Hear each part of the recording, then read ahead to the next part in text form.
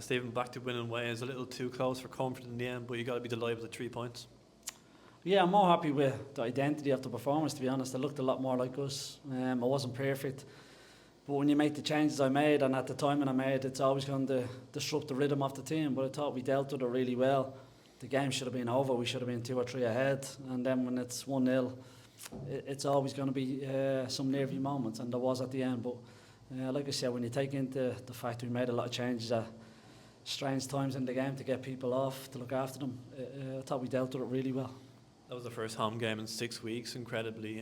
Everyone went home happy, thankfully. A good crowd as well for a Thursday night. Yeah, massive thank you to the crowd. I think what we can never say about this crowd is that they don't show up for us, and tonight again, they showed up for us. At times when we were flat or we were struggling a bit, they helped us, and you can't underestimate the energy that gives the players. So genuine massive thank you to every one of them.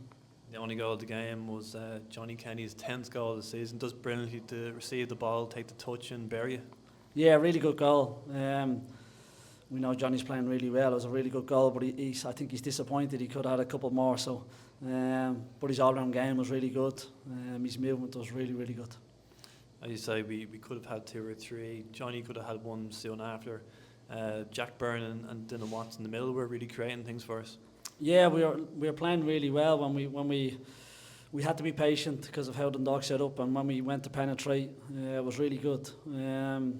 We just needed to be patient because you could see what they were trying to do, and we did it really well. And like I said, we could have been Aramac at a header in the first few minutes as well that could have went in. So we created some really good opportunities.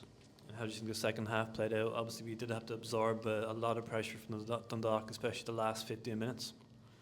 Yeah, look, like I said, when you make the changes I made, you replace the centre half, you replace your 2 or 3 midfielders, and your the 2 higher forwards. When you replace that, it's going to have an impact on the team. You know, you're not going to keep your rhythm. You're not going to be as fluid as you were. But like I said, it's about managing the players that are coming back and trying to get the players that are on the bench on the pitch. So I thought we dealt with it really well, to be honest. It was great to have some players back with Europe on the horizon. Sean Howard, Dan Cleary, Dara Burns. Unfortunately, Aaron did have to go off. How is he?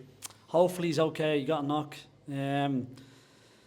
We'll just have to wait and see. I thought it was a horrendous tackle, to be honest. I think it's a red card for me. He's gone straight for his knee, you know, and it's a really bad tackle. And I hope he's okay. We won't know until tomorrow. The doctor's in with him now, but we'll get a scan on it tomorrow and see how it is. You weren't happy with last week's performance. It was important to get the win tonight and have confidence going into Europe on Tuesday. It was just important to get back to looking like us, and that meant working extremely hard for each other, being together, and when we have the ball, being brave and trying to go and score some goals. And I thought for large parts of the game tonight we were that. And like I said, we lost a bit of rhythm when I made the changes, which is only normal, but we seen it out, and it was an important win. And it's always an exciting time of the year, Champions League football, a chance for you guys to test yourself at this level, exciting time for the fans as well. What do we know about Vikingur?